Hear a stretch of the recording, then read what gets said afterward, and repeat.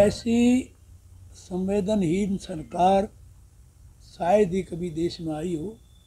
इतना भारी आंदोलन, इतना बड़ा आंदोलन है, इसके प्रति एक भी सद्भावना का, एक भी जो शब्द नहीं आया सांत्वना का किसी परिवार के प्रति, औरों के प्रति।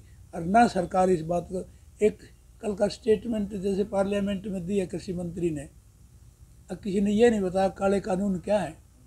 तो ये जो लोग इतनी 11 वार्ताएं हुई, 11 वार्ते जो बातें रखी उनने बताई, क्या उनको पता नहीं क्या काले कानून है?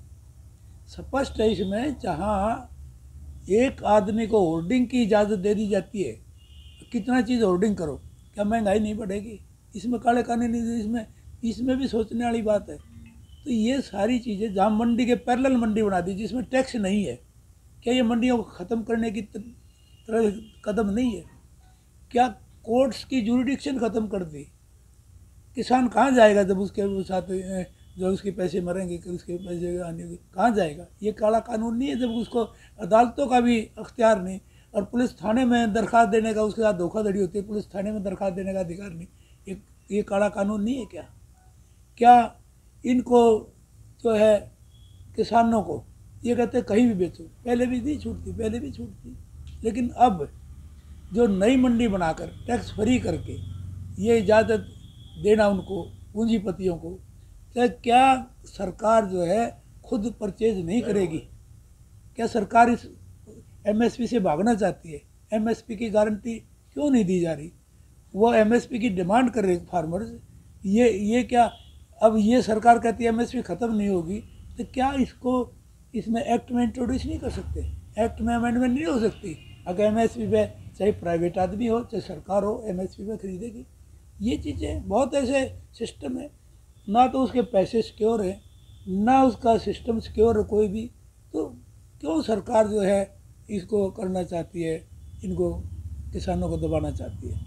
और जब किसान नहीं, ये किसान के साथ हरियाणा की एग्रीकल्चर जो है के साथ ही दुकानदारी जुड़ी हुई है। यदि किसान के पास कुछ नहीं होगा ना, तो दुकानों में भी कुछ नहीं होगा।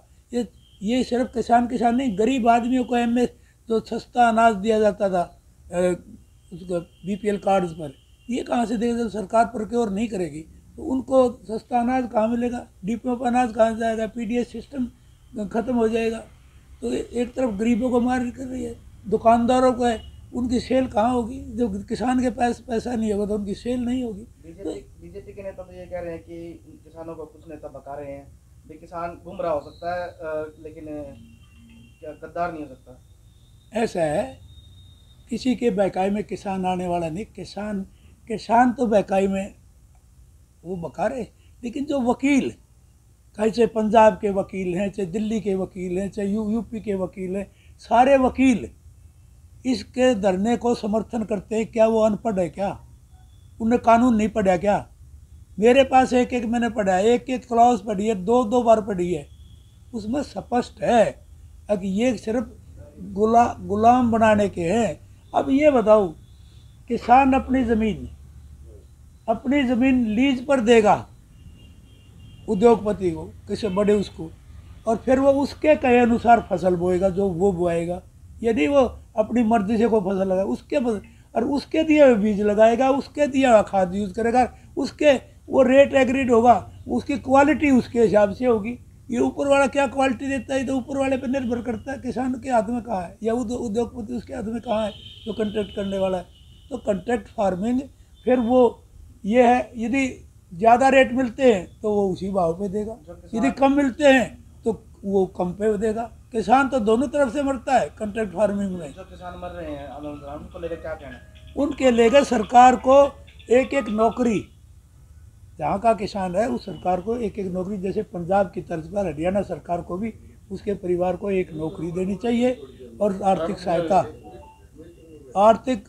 सहायता भी दी जानी चाहिए किसान के परिवार को। जैसे पंजाब ने दिया नौकरी, एक नौकरी एक सदस्य को, और फिर जो है इनको आर्थिक सहायता दी जानी चाहिए।